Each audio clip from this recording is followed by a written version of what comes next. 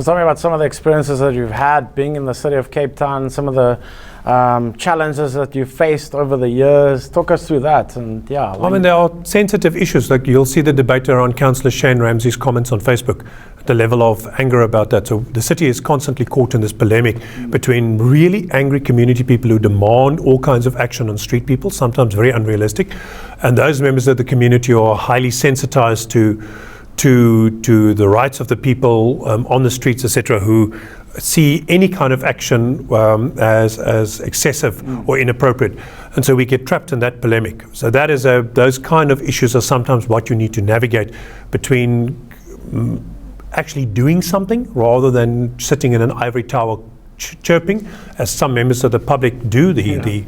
The people who express outrage at some of these issues, you have to get your hands dirty and you have to be willing to tackle issues, and that requires a degree of courage, and it also means you make mistakes and you learn things as you go, for which there's little tolerance amongst the critics, but you have to, the only guaranteed way to navigate criticism is to do next to nothing, and that is certainly not what the public pay us salaries for.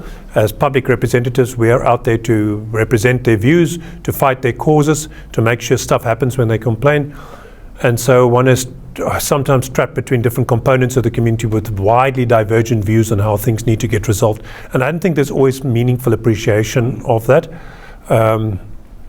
And you sometimes get caught between the people, between dealing with really troublesome issues, having to try and impact on the gang murder rate. And, you know, Cape Town can be proud. We saw a 19% reduction in our gang murder rate last year. Wow.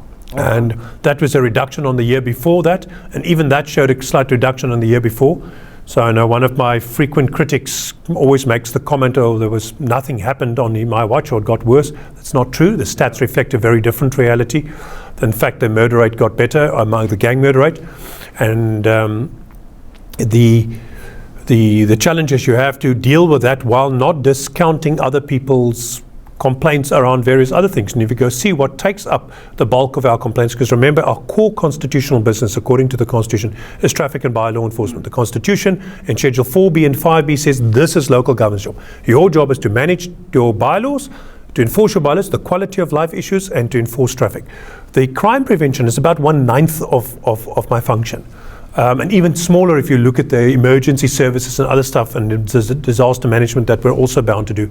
It shrinks to an even smaller component. But it's pretty much the only thing the public is interested in, because it is the one thing melting down badly around them. And unfortunately, it's a national government competency, so we have very little ability to fix the problem and to deal with the inefficiencies or problems that national government experiences in delivering crime prevention policing to the public. And so what happens is that if you're very visible at doing the things that you're supposed to do well, you get criticized and said, well, you're dealing with these petty things. Why aren't you dealing with the serious things? So what happens is over time, we have started to pool more and more of our resources into filling the gaps left behind by the National Police Service not being effective in areas like Manenberg, Hanover Park, Nyanga, Gugulethu, Mfuleni, and Philippi.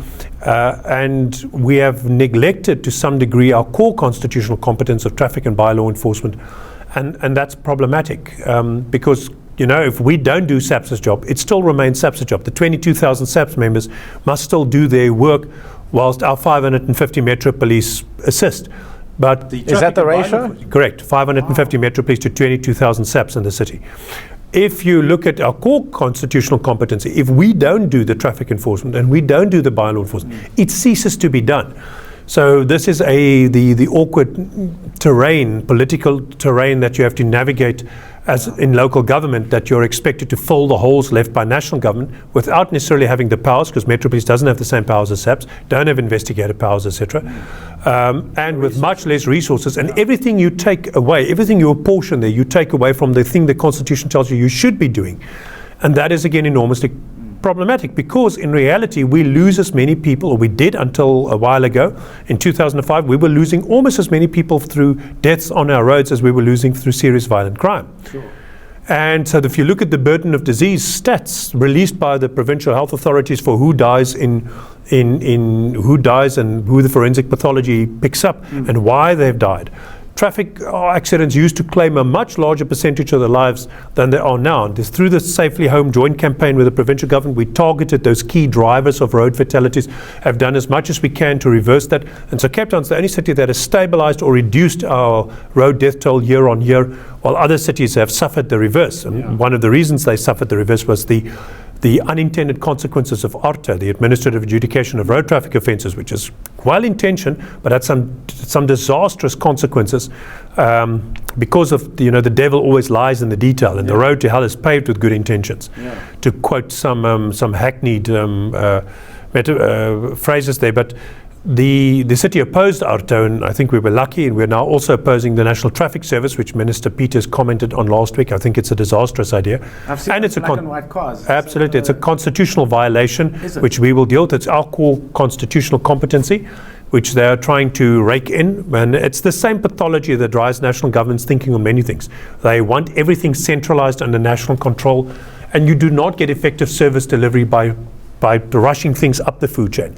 You get effective contact and accountability at the bottom end of it in local government, where the rubber hits the road, where people are accessible, where the maker member can be dragged to an interview or to a public meeting. How many public meetings realistically can the national minister attend? How often can he realistically be available or she available? So that's not the way to go. It's not to give control to everything to national government. And in fact, the Constitution recognized that and therefore put it differently.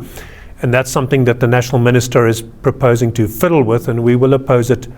We will oppose it strenuously because it is a violation, just like the single police service with the attempt of pulling Metro Police into SAPS. The white paper. Well, that's going to be on the agenda earlier next year. It's something else we will oppose. We have previously written to them and tried to get clarity on it.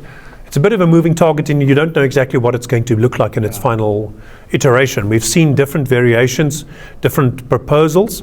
The legislation is the white paper is quite vague. So when it says, for instance, about the command and control, it says a deputy national commissioner will be created to deal with Metro Police.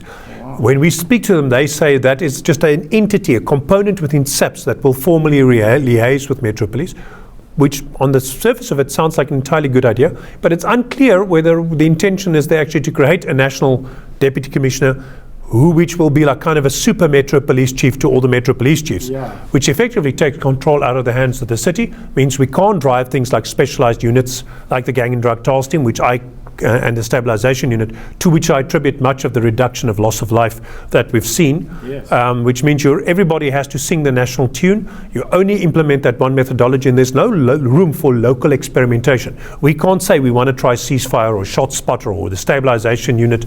And those are innovations that didn't happen before 2006. Before my term of office, we didn't touch gang violence. We left that to SAPS. It was their job. We didn't touch it.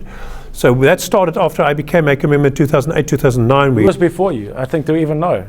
Well, precisely. I mean, it was Councillor Dumisani Klimbi, and before him, David Early. Never heard of them. Precisely. So we really try to say these are not our competencies, but damn it, we're going to do the best we can to try and help you. We've got limited resources and limited powers, but within those powers and within those resources, we can do as much as we can. So now we spend just under 48 million, just under 50 million on gang and drug enforcement over the year through the stabilization unit, the school resource officers, the payment of the rewards, the gang and drug task team, the sniffer dog unit, the shot spotter, ceasefire, everything we can to see. And none of those are magic wands by themselves. None of them is a magic special solution. But they contribute, and collectively they have managed to bring down our gang murder rate by 1/5. I wish we were able to fix it all, but national government SAPs don't report to the city, they report to the national government. They're the only ones with the investigative powers, and the rest of the criminal justice system lies in the hands of national government. In terms of the National Prosecuting Authority, the Department of Correctional Services, the Department of Justice, all those elements lie exclusively in the hands of national government. So that's something we would like to fix. And I continue to say we should disband SAPS's control under national government and put them under local government control.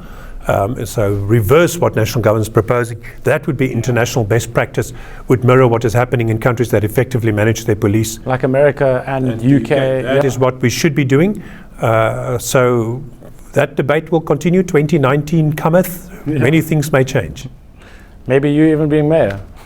That seems like a bit of a reach, but yes.